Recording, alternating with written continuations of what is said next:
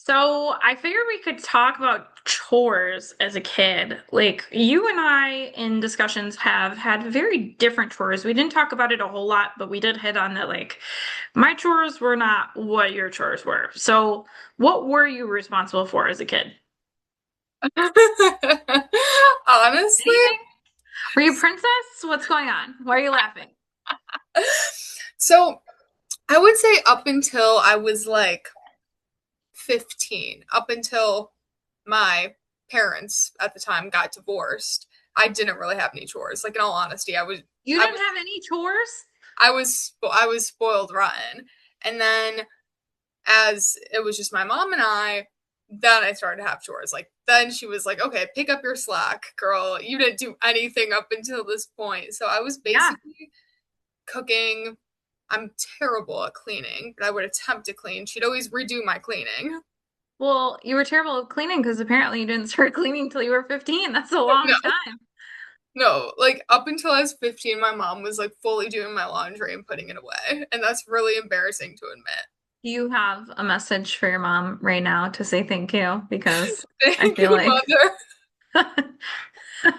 she covered for you that entire time. She did. But then I would like, make us little heart waffles or eggs and toast. Aw, Yeah. So, cute. yeah, she had to start working like later hours during that. So I would like make us dinner and things like that, or attempt to clean. And like often I would clean dishes and things like that, but I never was doing outdoor work. I was never doing outdoor work. Yeah, and that's kind of how this conversation had started. So, like, I was responsible for mowing the lawn. I mowed the lawn. Not, I wasn't the only one that mowed the lawn. And my mom sometimes did it at my mom's house or at my dad's house. Like, my sister would do it, or my dad would do it, or my stepmom. So, it kind of alternated. But if I was there most of the time, I was fine, like volunteering to mow the lawn. So I would just do that. My growing up, my mom was a landscape architect, so like I was put to work everywhere we went. So I would be like, oh, we need help rolling out sod or planting this tree or weeding gardens, which was the least thing. Like I hated weeding a garden bed. And which is so hilarious because literally that is like what I dream about doing now. Like my calming thing is to go outside and like weed my garden. It's not like an enjoyable activity, but being in the garden and like working outside, like I love that. Like I love mowing my lawn most of the time. But like growing up, that was something that we did. I did some inside chores as well, like dishes and laundry. And I was terrible about, I'm sure, a lot of things. Like I probably have ADD or ADHD undiagnosed. And probably comes from my mother, but like she would send me to my room to like clean my room and I would just like end up like wearing all these like random things that I found and like playing with stuff that I found and like my room would not be clean. So I was really bad at that, but everything else, I did, especially when it came to doing stuff outside. So it's surprising because we were talking about yard work and you were just like, oh yeah, you're gonna have to like show me, or you were like, um I remember we were talking about this last week when I was like, oh, I gotta go mow the lawn. And you were like, oh, I'd hate to have to do that. I'm like, that's actually like enjoyable. Like I have a lawn tractor now, so I can like ride around on my riding lawnmower. Um, it doesn't really feel like a tractor when it's not big, so maybe I'll just on the pod. I'll call it the riding lawnmower. But so yeah, it's enjoyable. It's not as enjoyable as if you had a zero turn that has like the very comfy seat and like there are nice cup holders, but it does have a cup holder. And yeah, you can like ride around. I know some people will be like, I'm gonna drink a beer and go ride around them and go mow the lawn. I do not do that. I would run into things. Um, just because like I get distracted. It's not I'm a bad driver. I'm a great driver. I've been learning to stripe with my riding lawnmower. Um, but it's easier with a zero turn, but I don't have one of those so anymore. But yeah, so I'm learning to stripe, but I get distracted. I like see something and then I'm not looking and then I let my foot up a little bit off and don't have it or go too fast and then I end up like taking off into something. So I had the first time I got my riding lawnmower, I definitely it because it came from a zero turn, so like um which do you even know what a zero turn is? I'm assuming it's a bougie lawnmower. I mean, yeah, it's like where you've got hand controls and you can like push them forward and like you can push one forward to like turn in one direction or another and you can push them both forward to go straight or you can pull them back to go in reverse. Like you don't have to like my current lawnmower is just a steering wheel control and then you've got like your shifter to go forward or in reverse and then you've got speeds and you've got like engine speed and you've got like blade speed and then you've got the deck lower levers and stuff like that, so it's a little bit different when you're driving something that's kind of like a regular lawnmower versus a zero turn because a zero turn like it's like a turning radius of zero, like you can turn full circle without moving forward, where if you're in a riding lawnmower you have to drive forward to turn. Like you can't just turn on a dime. So, I mean, you're not really supposed to turn on a dime in a zero turn either because you can like tear up your lawn, which I may or may not have done before when I had one of those by accident.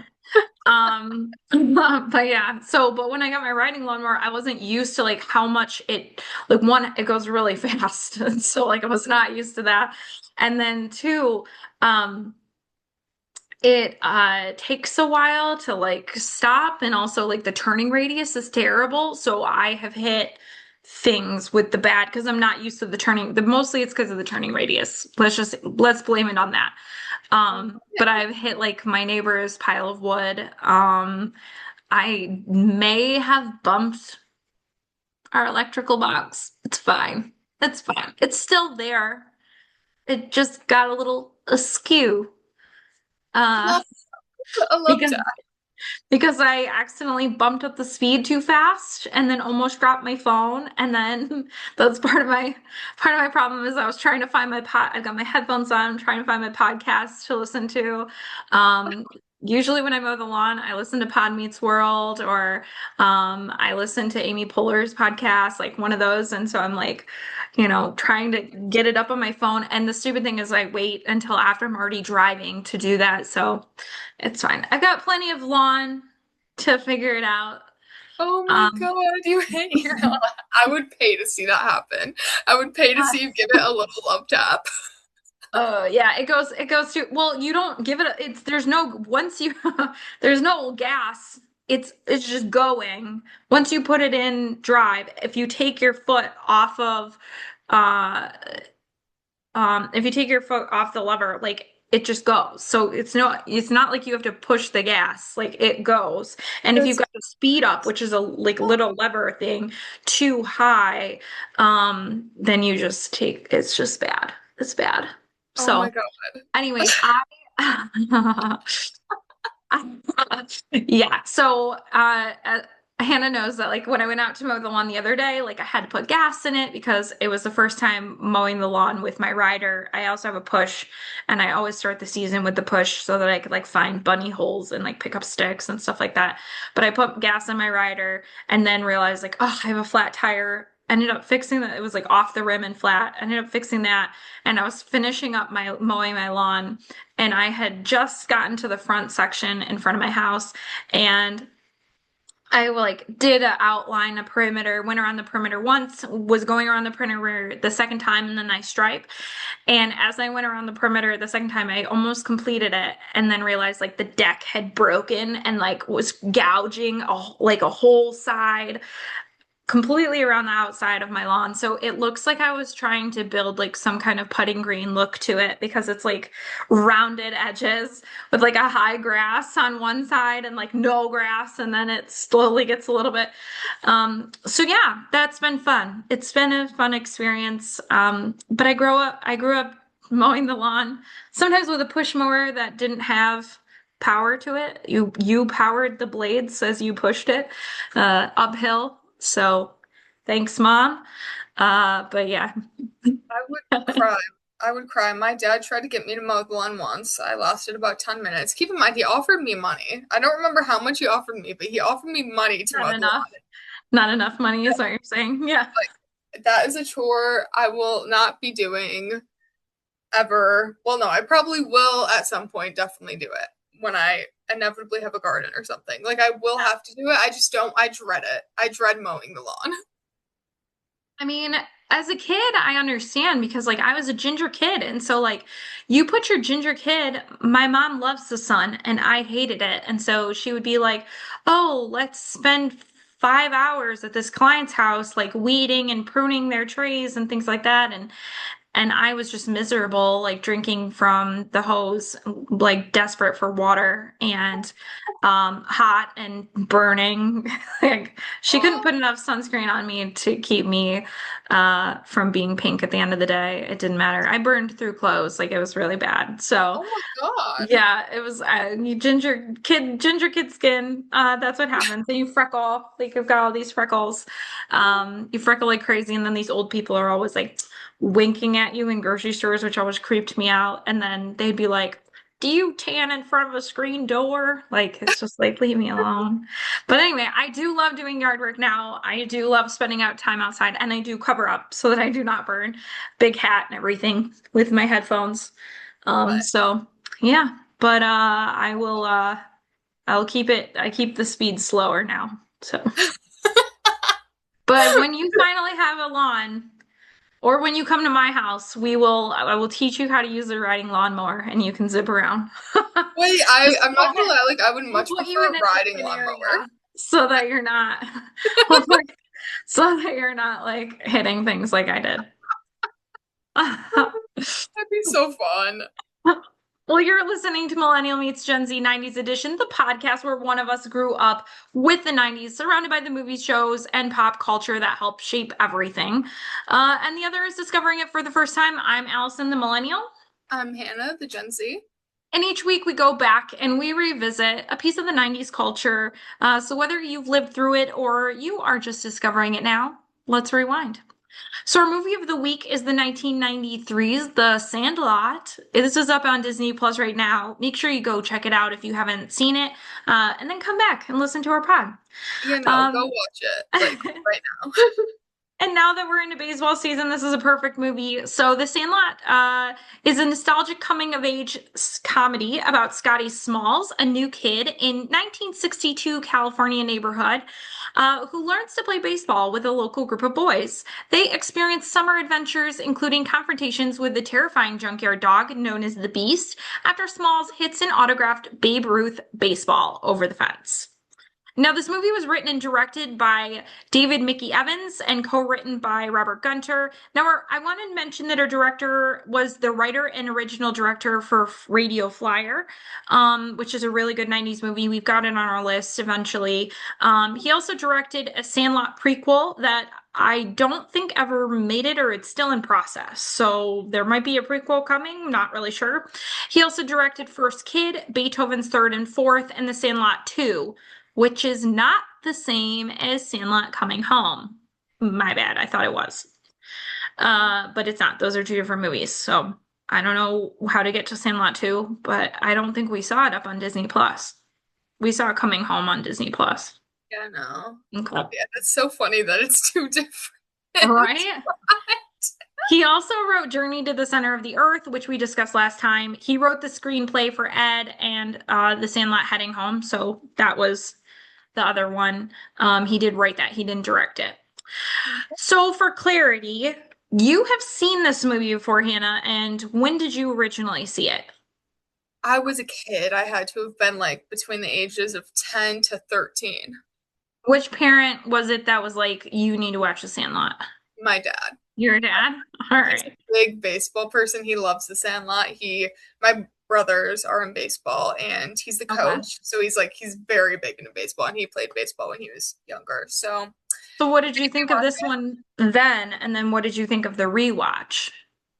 I think then I was probably, from what I remember, I liked it, but I was a little bit less interested in the baseball aspect.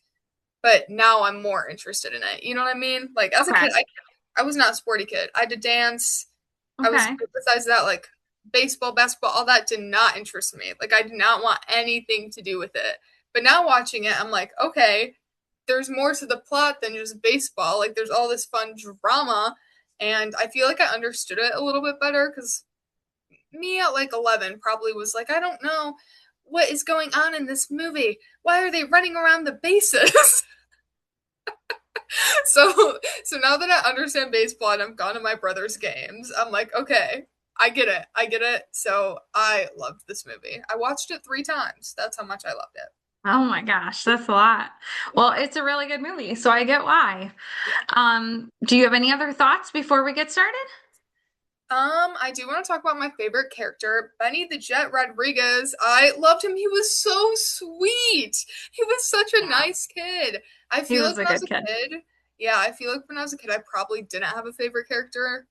I don't know. I don't remember who it was if I did have one, but I loved Benny. He was so sweet, and I liked the ending he got. Yeah, he's a really sweet character. I think mine is Ham. Mine is definitely the Great Hambino, because he's funny and he's just like obnoxious, and that's his character in a bunch of 90's movies. So we will talk about it in a little bit. Okay. But yeah, you ready to rewind? Yes. Heck yeah. So we open on a man walking down a hall inside a baseball stadium, and he says there is one all-time greatest moment in the history of sports, and it happened in the 1932 World Series. The story goes that in the bottom of the ninth inning, with 2 outs, a full count, and the tying run on base, Babe Ruth raised his arm and pointed to the center field bleachers. No one believed it because nobody's ever done it before, but the Babe was calling his shot. On the next pitch, the great Bambino hit a towering 400-foot home run, and even though he'd been a hero before that, that's pretty much how he became a legend. 30 years later, a kid named Benjamin Franklin Rodriguez became a neighborhood legend. It was in the greatest summer of my life when he taught me how to play baseball, and he became my best friend. And he got me out of the biggest pickle I'd ever be in, which I think that's a better synopsis than what we were given, but is a great intro to the movie. So we end up Right. flashing back to 1962 with kids playing baseball, and we see a kid hit the ball and run the bases and get stuck between third and home, but he gets by and touches the home run base as his teammates root him on. Later we see Benny and another kid walking home from the game. Across the street, Scotty Smalls is unpacking a U-Haul as he narrates that he moved into the neighborhood the same summer that Dodger Maury Wills would break the stolen bases record. He waves to Benny as Benny is coming home from the game to a nearby house in his neighborhood, and Benny gives him the nod. The cool kid nod.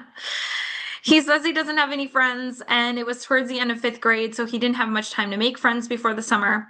His real dad had died, and his mom had gotten remarried to Bill just a year before. Scotty asks Bill if he can teach him to play catch, and Bill is still unpacking his trophies and memorabilia.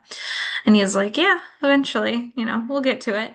One morning, Scotty races out, mitt in hand, baseball cap to the Sandlot where he knew all the local kids went. Scotty said the kids were all really good and that all he had was a plastic toy mitt his grandmother gave him for his birthday.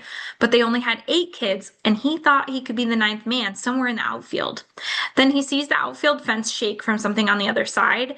The kids start playing baseball, and Benny hits it far. He hits Smalls, hits it towards Smalls, and Smalls is like, I'll get it.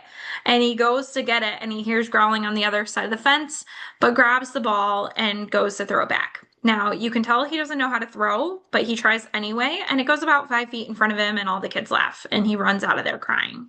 That Now, was so I sad. know it's so sad, but it's so accurate to like childhood and like how kids treat each other. At least back then, especially in the 90's. I'm sure kids are like learning how to be more emotionally intelligent now, but that's so From what I've typical. heard from my Scotty? brothers, uh-uh. Okay, well, see, it's normal for kids to be like that a little bit. Scotty Smalls is played by Tom Gary, who is known for Tigerland, Black Hawk Down, and Mystic River. After this movie, he was in Lassie, All I Want to Do, which is on our list, U571. We Were the Mulvaneys, Mystic River, and a movie called Killin' Smalls, which he plays himself and the target of a kidnapping ploy. So, uh, anyway, back in his room, he's playing with his erector set. Do you know what an erector set was? Like, okay. So it's like, did you have like connectors or like it's like pre-Lego, I think. I think it kind of falls pre-Lego. And what they were is like little metal pieces, and there were like screws and rivets and things that you could put these things together. And then you could use pulley systems or you could use electronics to like get things to move. And you could build almost anything. But it was like a kit to like for kids. It was kind of aimed towards boys at the time because there was very much gender marketing, but it was kits for kids to like build stuff, and it would come with wheels, and it would come, you could buy all these like pieces. So it was kind of pre-Lego, but more like you could, it was like more about building uh kind of small civil engineering, like mechanical engineering, like pieces that could do different things. Um, Oh, so I had no idea popular what that was. popular back then, popular in the 90's. But That would be Legos kind of became pretty big, and then obviously they've taken off from there. So That makes sense. See, I think that would be really cool too to have around nowadays instead of children just being on their iPads. I mean, that they, applies to me too. they do have this stuff around, but people don't buy it for their kids because it's like parts and makes a mess, and an iPad doesn't take up that much space. So it's unfortunate, but yeah, you had to use, I think that there might have been kits in the 90's. I don't know if there was in like 1962 when this is going on, but um it was like I don't know if it was like specified to like a particular thing that you could build or if it was just the set and it had pieces and then you could build anything, which is how Legos were back in the 90's. You didn't have like Legos like specified to build a house. You just had Legos and you could build a house or you could build a car or you could build like you built, it was your creativity that created. They didn't have like the little nerd book now that's like, oh, I have 572 pieces and they all have to be put in this order. Like that's not what it was. There. You had to use your own imagination to create something with Legos. Wait, that's cool. I'm I so feel like they have sorry for some sets anybody who like just that called them still. nerd, but like I want to get a Lego kit for something cool. Like they've got all the crazy things that they're releasing all the time, but yeah, it used to be you used your imagination to figure out what to create. Like it didn't tell you what to create, and I think that was the same at the time for erector sets. I think later it started developing like, oh, you can build this like a catapult or like a trebuchet or something with the erector set. So but before it was just like, here are all the pieces, you figure it out. Oh, that would make life so much more interesting for kids, I feel. Well, or they would just be like, how do I find this on my, let me Google what I'm going to create. Let me YouTube it. Right. Now it ends up his erector set ends up flinging a ball and hits his mom in the head as she walks in. And she asks if he's made any friends. She doesn't want him finding fiddling with toys inside like he's done for the past 2 summers. She tells him to run around, scrape his knees, get dirty, climb trees, hop fences, get into trouble for crying out loud. And spoiler, little did she know that he would do all of those things. Literally. Which is, I thought that was so crazy. Well, I understand why his mom said that, but I thought that was so crazy that his mom said that because my parents would never say that. So I thought it was Well, cool. this is the different time period that we were talking about. Like my mom was like, get the heck out of the house. Like go do something. Get off your butt. Yeah, I think that's so interesting, like how the generations have changed, Yeah. how parenting has changed. Yeah, it's different. Scotty's mom was played by Karen Allen. She was in the National Lampoon's Animal House, Starman, The Glass Menagerie, Scrooged with Bill Murray, Malcolm X, and most importantly, Indiana Jones, Raiders of the Lost Ark, Indiana Jones and the Kingdom of the Crystal Skull, Indiana Jones and the Dial of Destiny, and the short Indiana Jones and the Treasure of the Aztecs. So she was big in the Indiana Jones series. Oh my He's God. He's not good with anything and he's just an egghead. To which she says, oh, honey, you'll always be an egghead with an attitude like that. Which I just was like, oh, geez, definitely different. Yeah. Seems like something, though, that, like, that's something my mom would have said for sure. You'll Oh, always be like with an attitude like that. Another morning, Scotty asks Bill to show him how to play catch, and his mom finally pushes to asking Bill to take a break. Bill says the key is to keep your eye on the ball, so where the ball goes, your glove should go. And he was very clear about this. Scotty says he gets it, and Bill throws it. And Scotty ducks, and the ball goes past him. He goes to get the ball, then walks it back and puts it in Bill's glove because he doesn't know how to throw. That And was so cute when he did that multiple times. Bill says again, eye on the ball, and Scotty misses again, and then bowls it back to Bill, rolling it along the ground. It's going to take longer than planned, is kind of what he's figuring out. Bill throws it again, and it hits, eye on the ball. Eye on the ball. It hits him square in the eye. He kept his eye on the ball. They go inside, and Bill puts a stake on his eye. Now, Bill is played by a little unknown actor called Dennis Leary, who is known for his role in Rescue Me, which he was also the writer and creator of and starred in. He was in Demolition Man, The Thomas Crown Affair. For millennials and older, he was in Operation Dumbo Drop, Tooth by Sea, Suicide Kings, Wag the Dog, Wide Awake, Small Soldiers, and A Bug's Life. He was the voice of Diego in Ice Age and all of its sequels. So if you know of Ice Age, he was in that. He was in The Amazing Spider-Man and its sequel. For those of you playing at home, this is the one with Andrew Garfield. If you can't remember which Spider-Man is which I always have that problem, this is the Andrew Garfield one. Now later he's sitting on the step and Benny walks over and invites him to play, and Scotty says no, and Benny asks why, and Scotty says his glove is busted. And so Benny throws him an extra one. They run off to meet up with the team outside the drugstore. Now, Benjamin Franklin Rodriguez, aka Benny, who is Hannah's favorite character, was played by Mike Vitar, who's known for his role in The Mighty Ducks 2 and 3 and Diplomatic Immunity. He is now a firefighter in LA, so he's still a hero.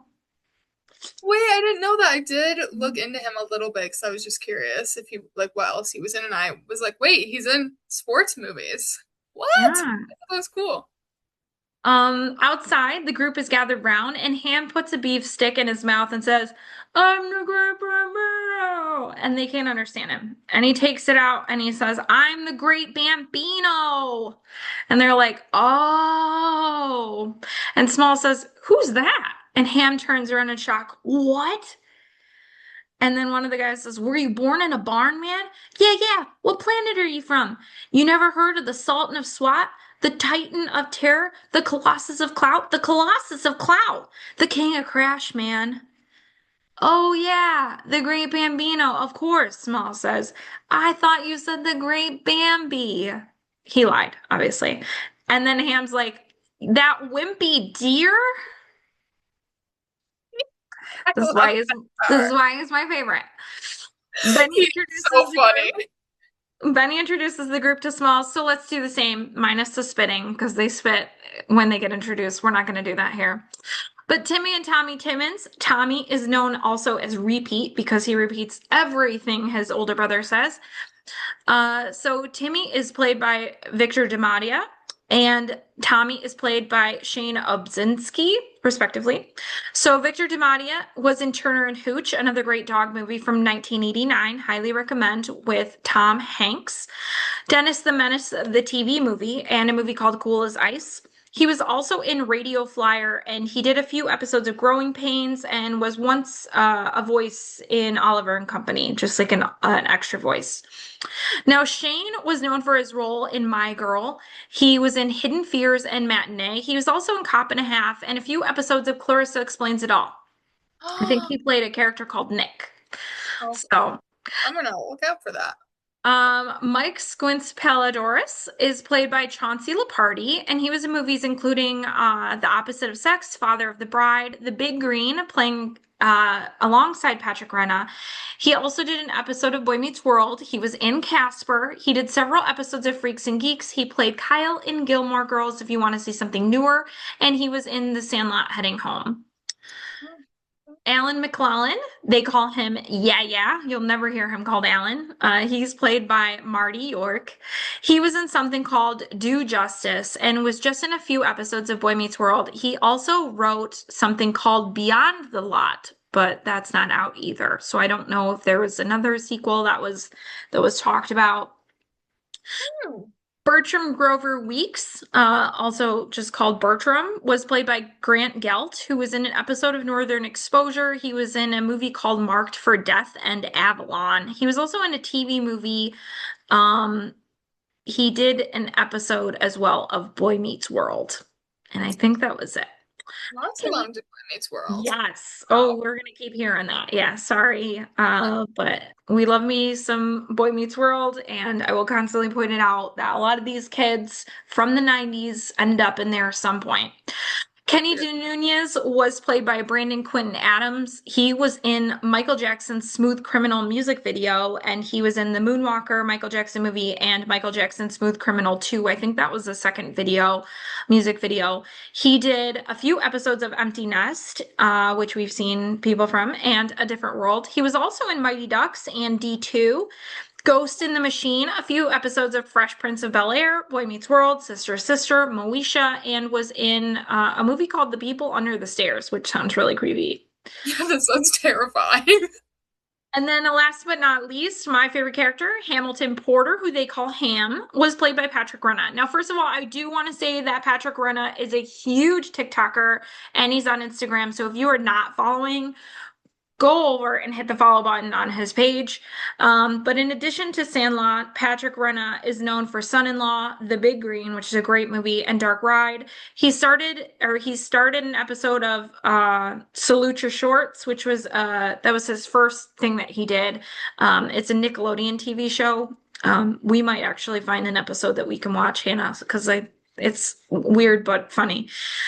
He was also in a movie called Summertime Switch, which is a good one. Beanstalk, an episode of Boy Meets World, and an episode of Home Improvement. He did do some work for Recess, some voice work. He was in Mothers and Daughters and a few episodes of Boston Legal. And like I said, huge on TikTok Oh my gosh. because he was like one of the main faces of 90's kids. Like, this is the face we saw in a lot of things. So Benny says Scott Smalls is going to play with him because he makes 9. And Yaya says, yeah, yeah, but so does my sister, and I didn't bring her. But Benny sticks to his guns, and about that makes a whole team. They're trying to convince him to drop the kid because he can't play. And Squints is like, this is your favorite part, Hannah. This kid is an L7 weenie. Yeah, Nine yeah, chimes story in with about Oscar Mayer even, foot long, Dodger dog, a weenie. Benny looks back at Scotty, who's bumming out, and Benny says, what are you laughing at, yeah? You run like a duck. And he says, yeah, yeah, yeah. But you're part of the game, right? Then how come he don't get to be? And he tells them to base up, you blockheads. Blockheads is like common, like, comes from Charlie Brown. oh, Um, Blockhead. Anyway, that was the thing people called. Anyway, then he tells Smalls to take left center, which Smalls has to ask what that is because he's like, I don't know what left center is. And honestly, if somebody was like, you take left center, I would be like, where exactly is the center of the left? I would guesstimate, but it's like, how far back? I don't know. I thought it was so cute how he like went directly to the left though. Like it was so cute how he just like ran. He's like, sure. And then he goes out there and he's like, is this it? And they're like, no, move over. So Benny says, Smalls, throw it to second and hits the ball, but Smalls falls over trying to catch it and then has to go over to the fence to get it. And Squints is like, the kid is a square. He I've can't heard throw that it one before. That insult. in. That one I've heard. Well, that's what an L7 weenie is a square. Yeah, but I've heard Makes- people like yeah. call them like call Yeah, people that's like been ogres. around. That's been around since the 50's, I think, at the latest point in time. Really? Yeah. You're A square square.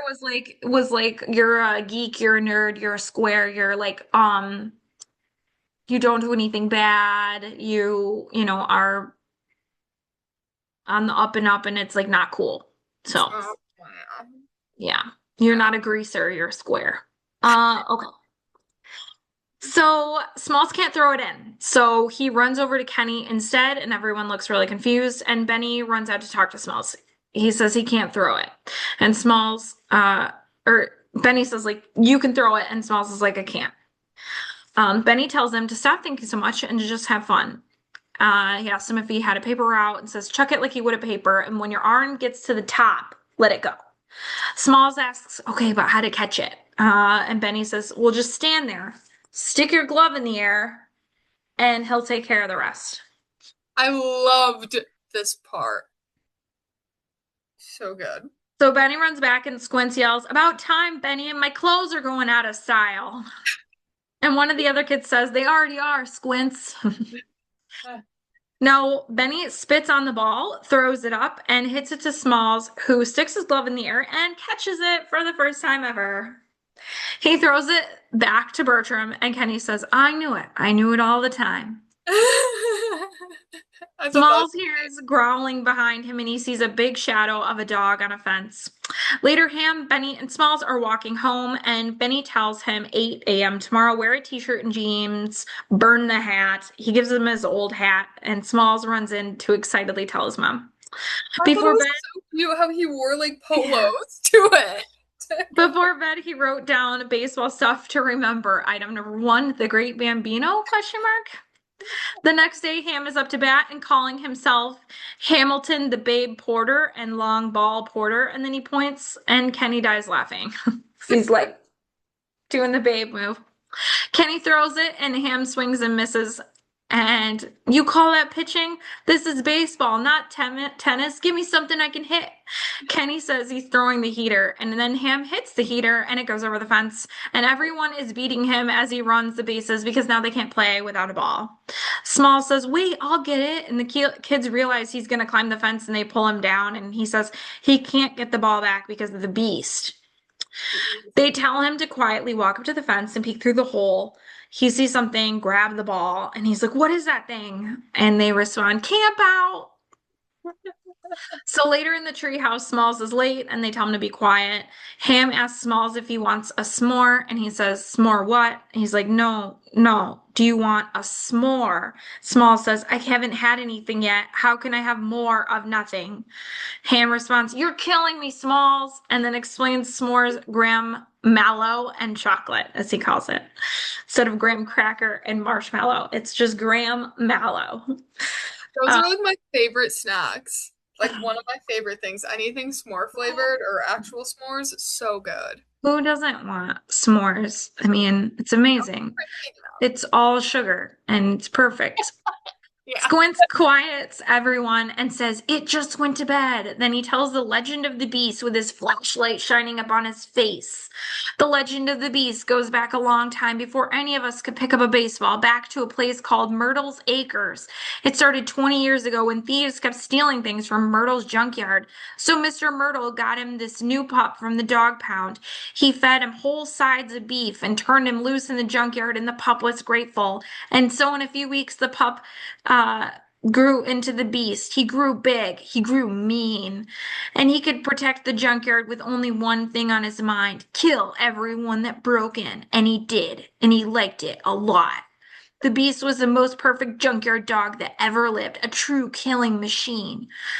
But after a while, the cops started getting phone calls from people reporting all the missing thieves. I don't. The ones the beast had killed, it added up to be about 120, 173 guys.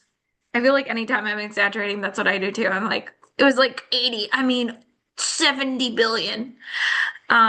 It's true, but they never found a single body, not one. Now, Squints tells them that the beast ate them, bone and all, but the beast had to be retired. Squints said that his grandpa was a police chief back then, and he ordered Mr. Myrtle to turn his backyard into a fortress and to chain up the beast and put him under the house where he can't eat children and stuff. And that's where he's been for 20 years and the rest of his life. When Mr. Myrtle asked how long he had to keep the beast chained up like a slave, the cops told him forever. Which anytime I say the word forever, that's literally what comes up in my head is forever. Over the immortal dog. The Yeah, fact that they think this he's dog. immortal is so Yeah, funny. this dog like has lived a really long life. Squints told the kid that the beast is waiting to break the chain and get out and kill the kids. Apparently, one kid went over there and was never seen again. Which reminds me, like, did you ever have on the playground in elementary school, like the rumor that a kid went over the bar and was never seen again on the swing set? No, I've never heard that. Okay. What? If you are a millennial, tell me I'm wrong because I swear every school I ever went, I changed schools a lot, and I know that every school I went to in elementary school had a rumor about the kid who went over the bar. They swung so high, they went over the bar and they were never seen. And that rumor just like reminds me of the kid that like went over the bar of the swing set. Okay. So funny. I've never heard that. And if I heard that, I think like if I was a child and I heard that, I think I would find that like really funny. And I would No, we were like, oh my wait, God, really? don't swing over the bar. You'll enter a different dimension. No, like we were trying to swing over the bar. Like as a Well, kid, yeah, I attempted to. we would try, but like nobody ever did it. So you always were like, like you'd want to go, but get close, and then you'd want to stop because you could go over the bar and go missing. That's so I funny. have, I have no idea. Anyway, that's what that reminds me of. Small says they're just making it up to scare him, and he peeked over into the other yard and got scared. So whatever goes over the fence becomes the property of the beast forever. So Squints and Yeah bought a baseball later, and Squint stops and drools over Wendy Peffercorn. They get to the Sandlot, and the kids are roasting. Ham says he's baking like a toasted cheeser. Benny says that anyone who wants to be can't hack it up. Anyone who wants to be a can't hack it panty waist who wears their mama's bra raise their hand. And they all raised their hand because they were like, no, it's too hot. They decided to scam on pool honeys instead. Excuse me. So Benny would have played baseball all the time, but they went to the pool instead because they kind of forced him to. It was so And sweet how passionate he was. he's Like obsessed, yeah. he was He was. putting in the work. But if you wanna be good at something, you gotta be that dedicated. Like you just have to. Funny. So Ham waves at the girls as he's like walking around the pool, and then he does a cannonball and like splashes them all. But What about that? all the boys die for Wendy Peffercorn. And Squints loses his mind, and then he walks over the diving board and goes to the bottom, like jumps off and goes to the bottom of the pool, and Wendy has to jump in and save him. They pull him to the edge as all the kids run over, and Wendy does mouth to mouth. Eventually, he opens his eyes, looks at his friends, smiles, and then goes back to pretending. And when she does mouth to mouth, he grabs her head and kisses her. And Timmy says, "Oh, he's in deep shh." She calls him a little pervert and then hauls him up and drags him out of the pool area, and they all get kicked out. And Ham says, "Did you see that? Did you plan that?" And Squint says, "Of course I did. I've been planning that for years." Now, Smalls said he walked a little taller that day. He was lucky she didn't beat the crap out of him. We wouldn't have blamed her. It was sneaky, rotten, and cool. He kissed a woman, and they got banned from the pool forever that day. Now, Wendy Peffercorn is played by Marley Shelton. She was known for her role in Bubble Boy, Never Been Kissed, and Planet Terror. She was also in Pleasantville. She was in Sugar and Spice. She's got a big role in Sugar and Spice. If you haven't seen that movie, it's a good one to watch. Uptown Girls, Scream 4, Rise, and recently she's been in a few episodes of Matlock, the new one. So if you get a chance, check her out. Well, Benny comes to get Smalls on the 4th of July evening and says, "Night game." Apparently, they only play one night game one time a year when the fireworks light up the sky enough for them to be able to play. And Smalls says, "For us, baseball was a game, but for Benjamin Franklin Rodriguez, baseball was life." Benny ran the bases while the other kids kind of watched the fireworks explode above their heads. Later, the kids are playing, and Benny is put in a pickle, stuck between third and home again, and he still gets home. Just then, the kids on the school team show up in their matching uniforms. Their leader says, "It's easy when you play with a bunch of rejects and a fat kid, Rodriguez." And this was Phillips. He said they shouldn't be allowed to play baseball. He tells Ham he's not good enough to lick the dirt off their cleats. And he and Ham go back and forth. Idiot, moron, scab eater, butt sniffer, pus licker, fart smeller. It gets even more gross from there until Ham says, "You play ball like a girl." And everyone gets real quiet. And then they challenge to a game at noon tomorrow. I Now, thought it Phil, was crazy that that was what got him, not everything else. I Like, mean, we are talking about 90's movies and the 60's. So, like, that was kind of the thing. It's gonna be yeah. Now you play a ball like a girl is like awesome because girls play ball really well, as they have been told. But I will tell you that like insults were huge in the 90's. I remember I had like a Garfield cartoon book of insults. Like I loved like yo mama jokes and like the best insults. So I'm just like when we heard these on the Sandlot, like they were added to our vocabulary. Scab eater, butt sniffer, pus licker, fart smeller. Those are things that were called. Okay. Will Phillips is played by Will Horneff, who was in Born to Be Wild, The Yearling. He was like in animal movies and a few episodes of Law and Order. He started his career on a few episodes of Ghost Rider. Have you ever heard of the show Ghost Rider from the 90's? Okay. So this is where a ghost would like write in a notebook. And that's how they communicated with the ghost, and it would help them solve local crimes. I And it would love this. I'm writing that down. I loved that show. I never saw it on TV. I don't know what channel it was on. I mean, like, I never saw it on my home TV. I always saw it, like, when I was other places, like other people's houses, or, like, if I was being babysat or at somebody's house after school or something. I would always see it on TV. So I don't know if they got a channel I didn't get or if I just didn't know what that channel was, but or I wasn't home during that time normally. I'm not sure, but I always saw it like other places, like Latchkey or something, and I would be like glued to the TV because I liked that show. Oh my So gosh. anyway, it's kind of hokey though if you watch it as an adult, but I mean, like it's a ghost writing in a notebook. It's kind of weird.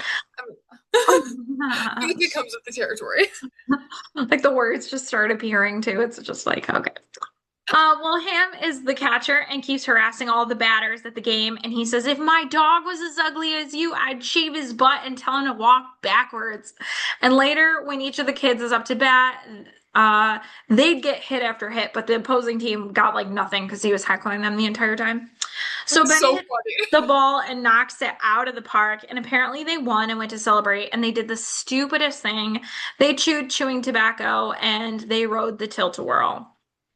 Did you see like how much they ate too? Like it wasn't just like a little bit. No, they No, I mean they're kids and they didn't know, but also like gross. But like there either was way a big disgusting. campaign in the 90's to get baseball players to switch to bubblegum and stop encouraging kids to start chewing tobacco because like it was such a big thing that like kids looked up to baseball players and they were doing chewing tobacco like in this movie and then they would try it and get into it because of that. So there was a really big like I had a baseball poster that specifically was a campaign for chewing bubble gum instead of chewing tobacco. Oh my So God. in my Isn't that room, kind of how Big League Chew originated or something like I that? think so. Yeah. And so they obviously, like Hannah said, put big wads into their mouths and then they rode a tilt-a-whirl. It started spinning out and they started spitting it out as they were going round and round and it made them all sick. I'm not going to discuss any more than that. Then it was really gross. They started to hurl and the end of that part. Yeah. Scotty's mom took her husband to the airport later for a work trip. A couple days later, the kids decide to, and once they're feeling better, decide to stick to bazooka, and there's no more chewing tobacco. They went to the Sandlot to play some ball, and Kenny threw a great pitch right to Benny, and he smashed it so hard that the baseball broke. The string landed in Small's glove. And did you know that that was what was in baseballs? All that No. wound string. Okay. Oh no, absolutely not. Yeah. Bro, I barely know how to play baseball. Like if Okay. I was in a baseball situation, I I would go the wrong way probably around the bases. Maybe not now after like watching this movie 3 times. Now I'm kind of a pro. Like now I could go pro. You don't, okay, we need to take you to a baseball game, is what you're saying. Yeah, probably. I've never been to a baseball game. Okay, well, new plan. Yeah. Everyone was in awe, but Benny was upset that they couldn't play anymore.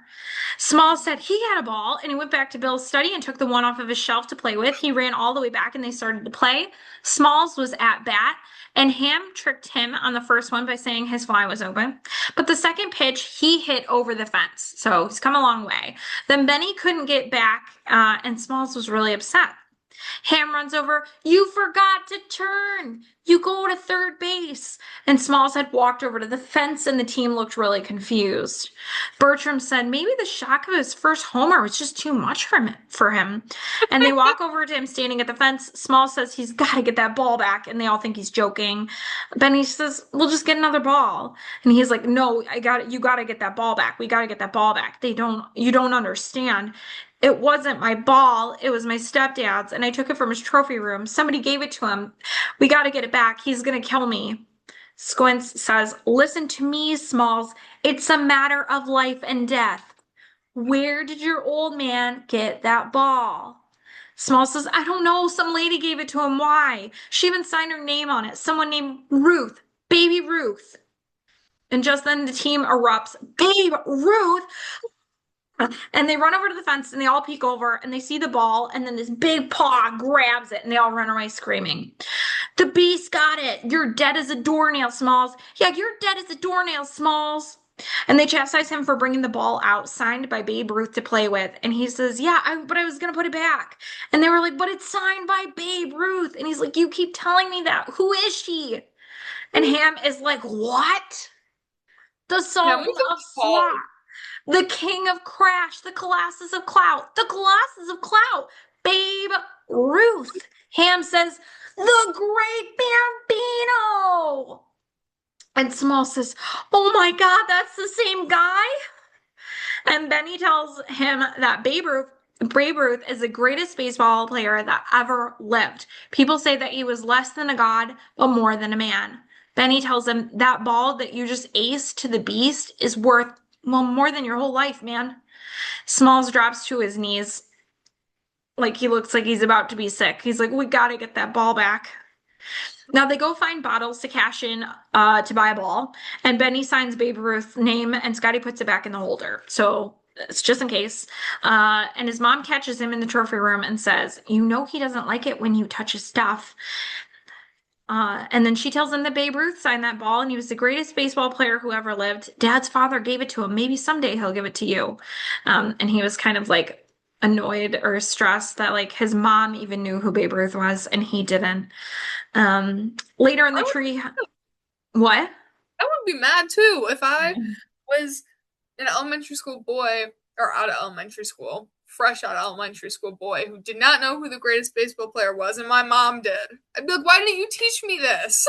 Well, and maybe she just thought he would have learned it in school, you know, like people talk about stuff. I mean, he's not living under a rock, but maybe if he's inside all the time playing it with his erector set, he is not getting that information. So, later in the treehouse, Smalls thinks of an idea. He's like, let's just go ask Mr. Myrtle. Squints tell him that's not an option. He's the meanest old man that ever lived. Forget about it. They look out the window into the junkyard and see Chain and Bones and the Beast's house. They start devising ways to get the ball back with a stick. They bump the ball and the Beast steps on the stick and Ham can't get it back. And when he finally gets it back, it's like broken.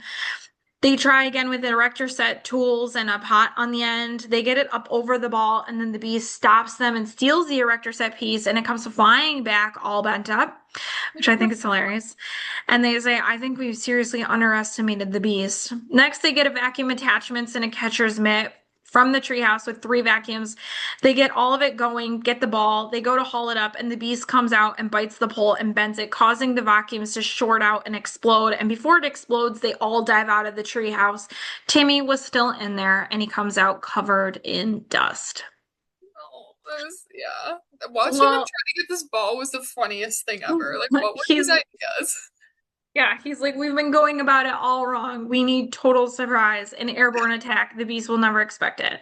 So next they rig a pulley and rope system, and yeah, yeah is hanging to go over the fence and get the ball. The beast spots him. Yeah, yeah. It's like watching the beast for a time as he gets the ball, and then he is face to face with the beast. Ham accidentally lets go of the rope, and they have to hand pull him back up. The ball is gross at this point, and Smalls has to build an erector set robot to retrieve it now. Science against nature, he says. They build a Mars rover looking thing with a scooper catapult to get the ball. Uh, uh, they have to like take it back over and out, and the beast jumps up and catches it and then grabs at the erector set, throwing it up in the air. Smalls comes back out. My life is over. Benny had a dream that night and he was visited by Babe Ruth. Legends never die, kid. And he's like, "You're the Babe." And the Babe says, "I'm here because you're in some kind of a pickle." He confirms the problem and he tells Benny to hop over there and get it. And Benny says, "There's a beast back there." And he says, "I'll tell you something, kid. Everybody gets one chance to do something great. Most people never take the chance. Either it's because they're too scared or because they don't recognize it when it spits on their shoes." He reminds Benny about the time he busted the guts out of the ball the other day. "Someone's telling you something, kid. I would listen." And then he asks for the Henry Aaron baseball card. Do you know why he takes the card? No, I don't. I'm gonna be completely It's honest with you. I don't even know who that is. That's okay. This is such a small thing in the movie, but it's actually a big thing. So it's supposed to be a nod to like game recognizes game. Like Hank Aaron or Henry Aaron would go on to break Babe Ruth's record 12 years after this movie's going on. So it's kind of a nod to that. So he gets 715 home runs, breaking the 714 home run record. And it was supposed to be like a respectful nod to the passing of the torch from one legend to the other. So that's why he takes this card in the movie. Wait, that's really cool. I would not have known that at all. Well, now you do. It's a Baseball works, little, as you say. little, little Easter egg for you. So Cool. Benny says, "You're saying I should hop over that fence and pickle the beast?" And Babe says, "Think about that, kid. I'll see you later." And we see the Babe disappear into Benny's closet. Remember, kid, there's heroes and there's legends. Heroes get remembered, but legends never die. Follow your heart, kid. You'll never go wrong. I think Now the that's Babe, good advice. That is the good advice. The Babe is played by Art LaFleur, who is in one of my favorites, The Blob, but he was also in Cobra and Field of Dreams. He was in War Games, The Man with One Red Shoe, Mr. Baseball, and we just saw him as Red Sweeney in Man of the House. Point of I order. I did know this. This one I did know. I did know this. I have it written down. He's also in First Kid, A Boy Meets World episode, The Replacements, Beethoven's Fourth, The Santa Claus 2 and 3 is The Tooth Fairy, like we talked about before, A Cinderella Story, and Speed Racer. The next morning, Benny shows up at Scotty's house early and he says he had a dream and they're going to the Sandlot. The group gathers at the Sandlot, and Scotty narrates that only one kid ever attempted what Benny was about to, and he got eaten, supposedly. So they were worried. But his secret weapon was shoes guaranteed to make a kid run faster and jump higher. PF Flyers. The kids tell him it's suicide. Don't do it, Benny. But he says he has to do it. And here's the heroes get remembered, but legends never die. Follow your heart, kid. You'll never go wrong. Plays again in his head. It He was hops so funny when they were like, "You're gonna die. This is Yeah. suicide," as you said, because this is over a dog. Like, yes, a huge. This is a giant dog, Hannah. We have seen this dog. Like, his head is massive. Yeah, it's a huge dog, and I would be a little bit afraid, even as a dog lover. But like the dog's not gonna eat you, realistically. It killed a kid, Hannah. Jeez. So he hops the fence and he looks around and he sees where the beast lives and sees the chains move. The beast is an English Mastiff and it emerges with a baseball in its mouth. He's a regular sized dog. I mean, a large dog because he's a Mastiff, but he's a regular sized dog. He's not as giant as they thought. He drops the ball. Benny makes a run for the slobbery ball, slides in and grabs it and taking off for the fence. He lands on the other side and the guys all cheer. But we hear him say, "Oh, shh," as the beast who broke its chain leaps over the fence. Benny takes off running and we hear the song play. Leap out! And the chase begins. The beast is chasing Benny. The kids are chasing the dog. Past a bike, up a car, through an alleyway, past trash cans, furniture, over a fence, into the theater as the dog bursts out of the screen on a werewolf movie. On the community event, Founders Day picnic table, over and under the Founders Day cake. Past a guy on the stilts. The guy on the stilts lands on the table, throwing the cake into the air. At the pool, we hear, Mommy, Mommy, look, a doggy. Oh, a big doggy. And then back at the Sandlot, the kids decide they're going to take a shortcut back to the Sandlot and they're waiting for Benny. They see Benny and the Beast as the Beast rips his shirt. So he runs faster and jumps the fence back over, and the Beast goes through the fence, and then the fence comes down on the Beast. And the kids look in awe. They're shocked. And Smalls goes to help the dog. He's hurt. Come on, guys, help me. This is where I cried as a kid. The kids are scared, but Benny comes to help. Smalls is face to face with the Beast, who ends up kissing his face and goes back to his house where he has a bunch of baseballs. And the kids all follow, and they're like, now we can play forever. Now, Smalls and Benny knock on the door. The old man answers. The kids are scared, and Smalls says, we brought your dog home. And he says, Hercules? How do you get out? Now, Mr. Myrtle is played by the legendary James Earl Jones, who is known for his role in Field of Dreams, all the Star Wars movies, The Lion King, Oh The yeah, Hunt. wasn't he Darth Vader? Sorry, not Mhm. Yeah, you're good. The Hunt for Red October. I do want to point out, we're going to kind of go through some of his IMDb because he's got so many credits before his passing 2 years ago. But I do want to point out things that he would want me to point out. And I know that because I've met Mr. James Earl Jones. He was not very friendly when I met him, but I did meet him. Um, so he did The Great White Hope. He did, obviously Star Wars, as we talked about. He did a bunch of stuff like Roots. He did an episode of Roots. He did Guyana Tragedy, The Story of Jim Jones. He did a Coming lot. to America. Yeah, I'm still like there's so much. Please go and look at his stuff. But Coming to America and the sequel was in there. He was in Patriot Games, a lot of movies of that nature. Square One Television, apparently he did a lot of episodes of that. This is all before we get to Sandlot, and Sandlot was 1993. I mean, it's there is like a lot of stuff. He did a bunch of different episodes of things. He was in Naked Gun 33 and a third, The Final Insult. He was even in an episode of Lois and Clark, The New Adventures of Superman. He was in a few spin-offs of the Lion King stuff because of his role in the Lion King. I mean, you can't fake that voice. He was in several episodes as a narrator from Third Rock from the Sun, which is really important, I think, to point out because that was a big role. He was in Casper: A Spirited Beginning. He was in uh, Primary Colors, which I think is an important point out. He did even do 2 episodes of Recess, did some voiceover work for that. Um, he was he also did a James Earl Jones Reads the Bible because he was a very religious person. So I think Oh, that's important to also mention. Honestly, like he was in Click, he was in Scary Movie 4, he was in like a bunch of the Benchwarmers, he did an episode of House, he did an episode of Two and a Half Men, he did an episode of Big Bang Theory. Um, like there are so many, The Angriest Man in Brooklyn, lots of Star Wars movies and spin-offs, and Obi-Wan Kenobi, the TV miniseries, and Coming to America too, like I mentioned. But the biggest thing that I know is like Star Wars was obviously big and he was grateful for the work, and Lion King was big and he was grateful for the work. But the biggest thing that he wanted to talk about was the work that he did in civil rights. He wanted to definitely, that was a big part of his life, is the civil rights movement and making sure that people uh, promoted that work. And so some of the things that he was in that kind of revolve around that were things that he wanted to draw importance to. And he didn't want the other stuff that he did to overshadow that. So I do want to mention that because I know that is what he wanted mentioned. So, oh, that's sweet. Sounds okay. like a great guy. Dang. He was very grumpy, but he was.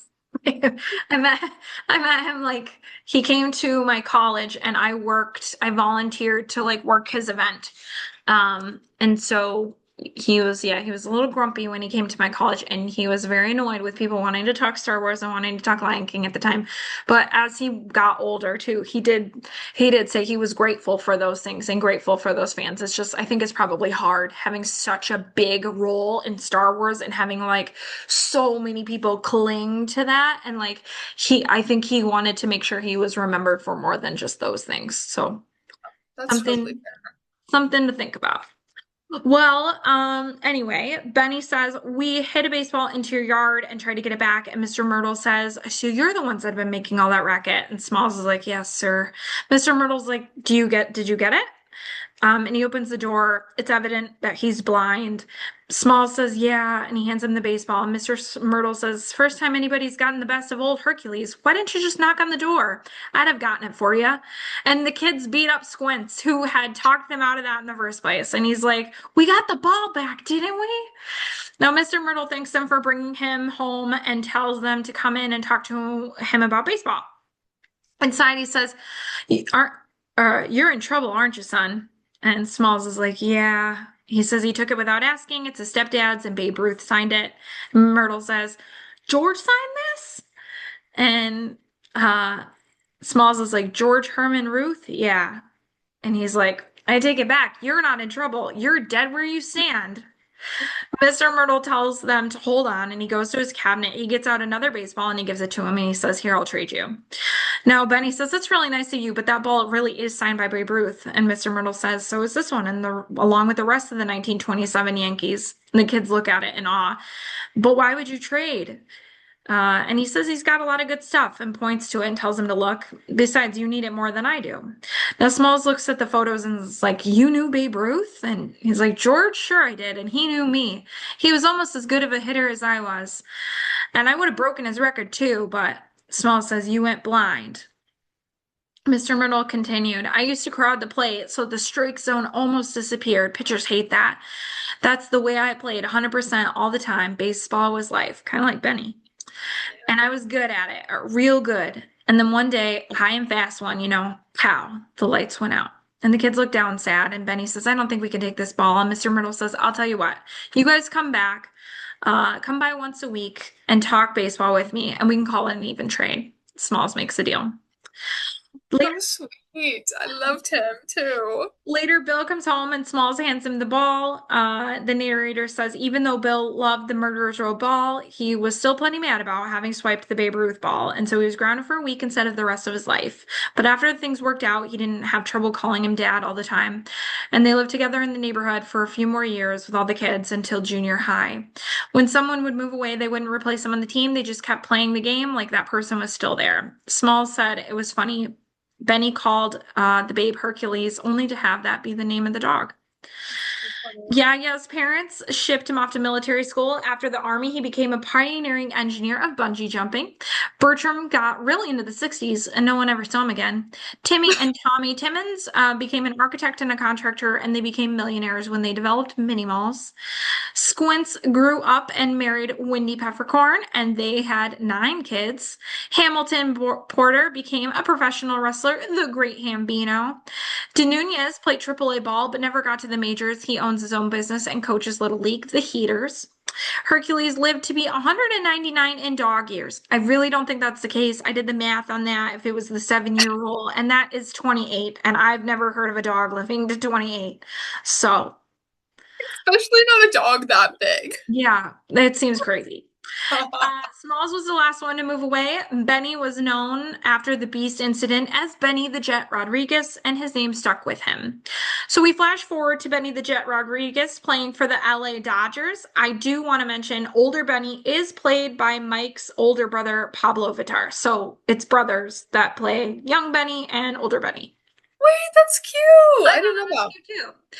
So we see Smalls reporting from the press box. Older Scotty Smalls was played by Arliss Howard, who was in Moneyball, The Time Traveler's Wife, Full Metal Jacket, and The Lost World Jurassic Park. Oh my God. I love The Time In Traveler's Wife. It's a good movie. Me too. It is a good movie. In the game, Benny steals home and the other team didn't see him, so he is safe getting a run. And Benny gives the thumbs up to Smalls, and Smalls gives him a thumbs up back. We end on an old photo of the Sandlot kids on the wall. And that is the end. What I miss. It's so cute. Oh my God. Every time we go through them, it makes like the movies, it makes me want to cry because it puts it into perspective, like almost in like a essay format. You know what I mean? Like almost like you're auditorially hearing a book. And Yeah. it's so, ugh, I love it. Okay, so as I said, I watched this 3 times. One time with my roommate, one time with my boyfriend, and one time alone. And something Okay. my boyfriend pointed out, he's seen it before multiple times, but something he pointed out that was really funny is that at first when Smalls couldn't throw the ball or catch the ball or anything, and Benny helped him, right after he caught the ball from Benny just hitting it right into his glove, basically, Yeah. he just immediately knew how to throw. Well, Like, because he got confidence, yeah, right? I mean, yeah, that makes that was sense. the idea is that he was supposed to just have fun and not overthink it. And so the whole idea is that he stopped overthinking it and just started doing it. Yeah, that makes sense. Okay, okay, yeah, no, we just thought it was funny. We were like, oh, he's a pro now. He's a Yeah, pro. I 100%. Yeah, no. So What's the I rating? my rating 9 out of 10. This one gets a solid 9. Solid 9. All Yeah, right. it was so good. I also hated the Beast at first, but then it was just sad because he clearly How just do you wanted to hate the play. dog?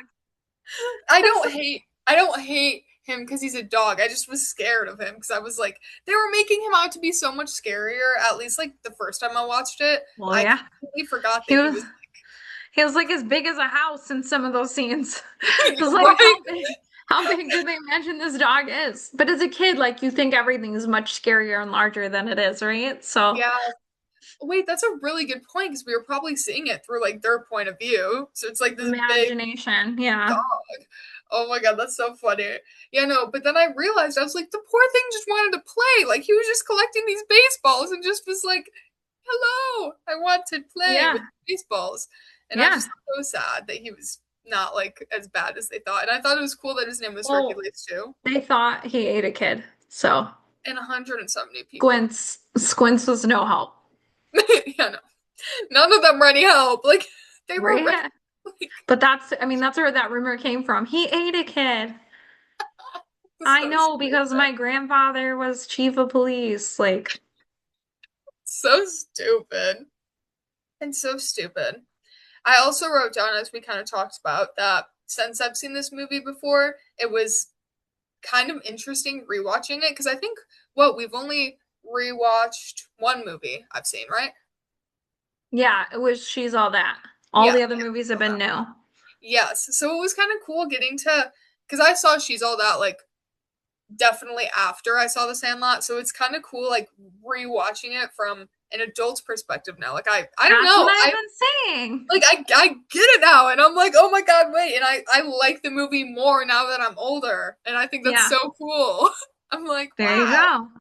and I'm not gonna lie, I might just watch it tonight. Like it now that we're talking about it, it's kind of my hyperfixation. There you go. So I loved it. I thought it was great. I wrote down about our Lafleur being a man of the house. I wrote that Yeah. down, but Point of it's not what I order. do. Yes, but yeah, and Benny was my favorite character. Let's see. I thought it was cool. Well, I know we talked about this last time, but I thought it was cool that it like still kind of gave 90's vibes while being like set in the Yes. 60's. Like that was so cool because it I don't know, I feel like when I picture the 60's, I picture something like more this is weird, but when I think of the 60's, I picture like those like barber spindles. I don't know Okay. why, but For like movie, well, because for movies that we've seen, even have had that. Like when we watched Jumanji, and he's like a kid, they pass the barber shop with the yeah. barber shop pole. So yeah, I'm sure from movies that we've seen, that's that's kind of how they depict downtown as like charming, or like Back to the Future when he goes back to the future and he's like, or sorry, back to the past actually, Yeah. in Back to the Future. But when he goes back, he like that's kind of the type of town that they're in, and they see things that are like wholesome and like, like you've got your soda pop Yeah. places and your soda jerks, and you can get your ice cream and like all the fun all the keen things. Before then, the 60s really kicked off, and because like that was like late 50s, and then the 60s kicked off, and then it kind of became like a more hippie era as we get into the 60s and 70s. So, yeah. No, I But loved the movie though. It was great. It was great. And I'm gonna watch it again. well, you got another movie to watch. So before we get to our next movie, I do want to quickly just talk about music, and we'll talk more about this next time. But like, what kind of music did you listen to growing up that your parents had you listening to? Lady Gaga. A lot of Lady Lady Gaga. Gaga? Was there any like 90s music you think that fell in there? Um, well, okay, so like growing up with divorced parents, my dad's more like alternative. My mom was listening to, I think it's Telephone by Lady Gaga. Yeah, Okay. yeah, she was Yeah, so listening to she was that. like listening to pop music. Yeah, very Yeah. pop, and then my dad was more alternative. He was listening to like something corporate, Linkin Park, Okay. Oasis, The Spring. Oasis is 90s a little bit, yeah. Love Oasis. They're like one of my favorite. Yeah. Linkin Park was in the 2000s. Yeah, isn't that like earlier 2000s? Mm-hmm. Yep. No, he also listened to Pearl Jam. Okay. There's Things some like that. 90s. Yeah, Yeah. he was Some more rock alternative. music, stuff like that. Okay. So So yeah, I mean like rock had its day in the 90s. Pop music obviously was there, but it wasn't yet to Lady Gaga. And then country was really big too. really, Um, yeah, like there was a big country push in the 90s as well.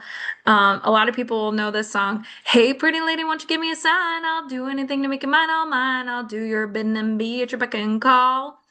Never seen anyone looking so fine. Yeah, I gotta have her. She's one of a kind. I'm going once, going twice. I'm sold to the lady in the second row. She's an 8, she's 9, she's 10. I know she got red lips, blonde hair, blue eyes. I'm about to kiss my heart goodbye. It might have been bid my heart goodbye. Sorry if I messed that up, but you yeah, ate country. that.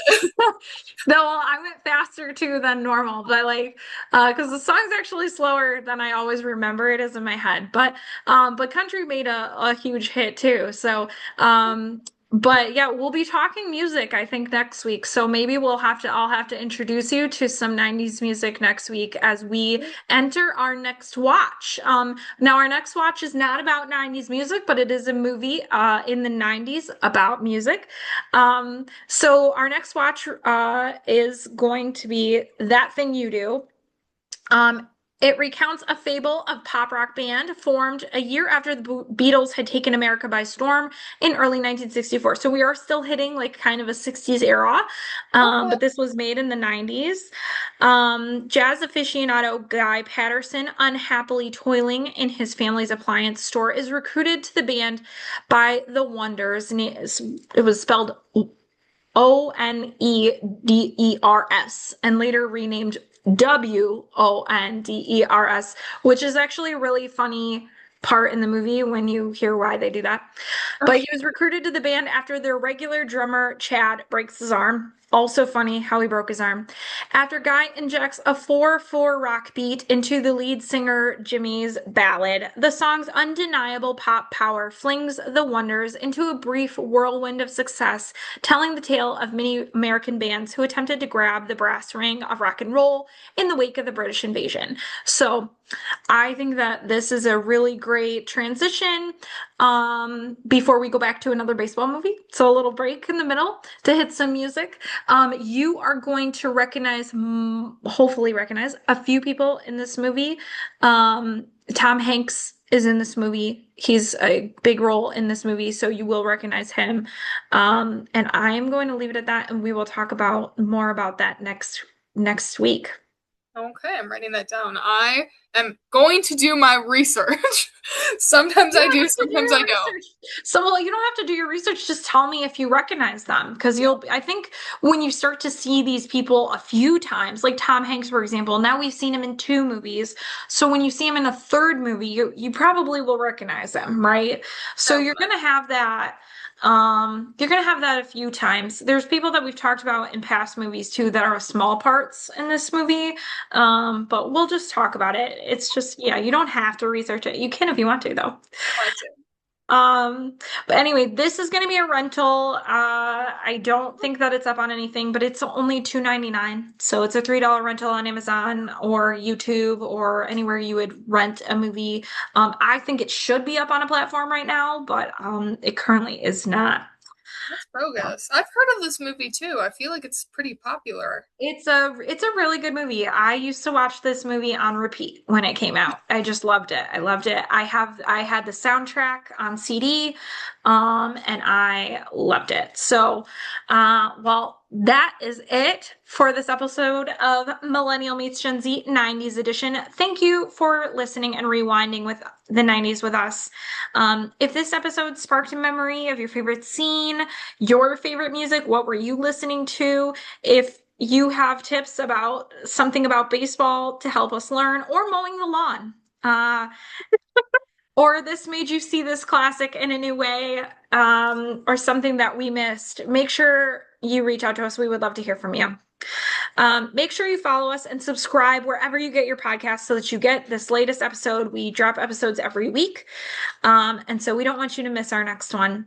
Find us on Instagram and Facebook for behind the scenes moments, photos, and extra clips from the show. And until then, till next time, be kind and rewind. Thanks for listening or watching, everybody.